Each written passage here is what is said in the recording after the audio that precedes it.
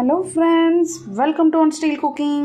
நாம இன்னைக்கு பார்க்க போற ரெசிபி என்னன்னு பாத்தீங்கன்னா ரொம்பவே சூப்பரான டேஸ்டான சில்லி பன்னீர் தான் பார்க்க போறோம். ரொம்ப சூப்பரா இருக்கும் ஃப்ரைட் ரைஸ், நான், ரொட்டியோடலாம் சாப்பிடுறதுக்கு. வாங்க எப்படி ஈஸியா டேஸ்டியா வீட்லயே செய்யலாம்ங்கறத பார்க்கலாம். சில்லி பன்னீர் பண்றதுக்கு ஃபர்ஸ்ட் ஒரு பிளேட்ல கொஞ்சமா கார்ன் ஃப்ளவர் எடுத்துக்கலாம். தேவையான அளவு உப்பு, ரெட் சில்லி பவுடர் கொஞ்சமா ஆட் பண்ணிக்கலாம்.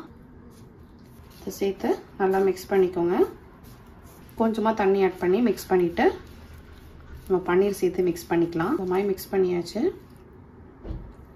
இப்போ பன்னீர் ஆட் பண்ணிக்கலாம்.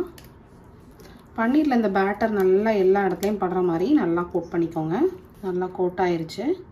இப்போ ஒரு பேனில் கொஞ்சமாக ஆயில் சேர்த்துக்கலாம். ஆயில் நல்லா சூடாயிடுச்சு. இப்போ நம்ம மேரினேட் பண்ணி வச்சிருக்க பன்னீரை இந்த மாதிரி போட்டு நல்லா ஃப்ரை பண்ணி எடுத்துக்கலாம். ஒரு சைடு குக் ஆனதும் இந்த மாதிரி நல்லா மாற்றி போட்டு எல்லா பக்கமும் நல்லா ஈவனாக ஃப்ரை ஆகிற மாதிரி ஃப்ரை பண்ணி எடுத்துக்கோங்க. பாருங்கள், இப்போ ஓரளவுக்கு நல்லா ஃப்ரை ஆகிடுச்சு. இப்போ இந்த பன்னீர் நம்ம தனியாக எடுத்துடலாம். இப்போ இதில் ஆயில் வந்து கொஞ்சம் எக்ஸ்ட்ரா இருக்குது. இதை மட்டும் தனியாக கொஞ்சம் ஆயில் எடுத்துக்கோங்க. சாப் பண்ணி வச்சுருக்க பூண்டு சேர்த்துக்கலாம். 2 பச்சை மிளகாவையும் இந்த மாதிரி சாப் பண்ணி சேர்த்துக்கிறேன்.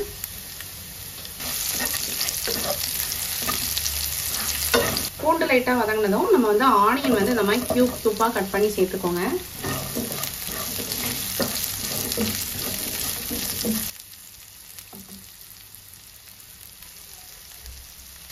இப்போ இதில் கொஞ்சமாக உப்பு ஆட் பண்ணிக்கலாம். நம்ம வந்து சாஸ்லாம் ஆட் பண்ண போகிறோம், அதனால் கொஞ்சமாக ஆட் பண்ணிக்கோங்க. இந்த வெஜிடபிளுக்கு மட்டும் லைட்டாக மிக்ஸ் பண்ணியாச்சு. இதோட கொஞ்சமாக சோயா சாஸ் ஆட் பண்ணிக்கலாம். சில்லி சாஸ், டொமேட்டோ கெச்சப்பும் கொஞ்சம் ஆட் பண்ணிக்கோங்க. கொஞ்சமாக வினிகர் ஆட் பண்ணிக்கலாம். இதெல்லாம் சேர்த்து லைட்டாக மிக்ஸ் பண்ணிக்கோங்க. சாஸ் எல்லாம் நல்லா சேர்ந்துருச்சு.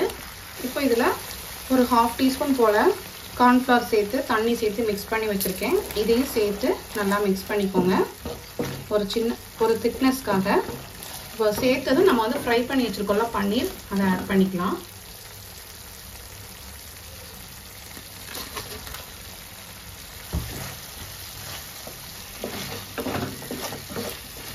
சூப்பராக ரெடி ஆகிடுச்சுங்க. அந்த சாஸோடு சேர்த்து இந்த பன்னீர்லாம் சேர்த்து சாப்பிட்றதுக்கு அவ்வளோ சூப்பராக இருக்கும். இது நானோட, நம்ம ஃப்ரைட் ரைஸ், நூடுல்ஸோடலாம் வச்சு சாப்பிட்றதுக்கு அட்டகாசமாக இருக்கும். ஃபைனலாக இதில் கொஞ்சமாக ஸ்ப்ரிங் ஆனியனும் சேர்த்துக்கலாம். அவ்வளோதான், நம்மளோட சூப்பரான சில்லி பன்னீர் ரெடி ஆகிடுச்சு. இப்போ நம்ம ஸ்டவ் ஆஃப் பண்ணிடலாம். ரொம்பவே சூப்பரான டேஸ்டான நம்மளோட சில்லி பன்னீர் ரெடி ஆயிடுச்சு. கண்டிப்பாக நீங்களும் வீட்டில் ட்ரை பண்ணி பாருங்கள். இந்த ரெசிபி பிடிச்சிருந்துச்சுன்னா மறக்காமல் நம்ம சேனலை லைக், ஷேர், சப்ஸ்கிரைப் பண்ணுங்கள். நெக்ஸ்ட் ஒரு சூப்பரான ஒரு வீடியோ பார்க்கலாம். தேங்க்யூ, பாய்.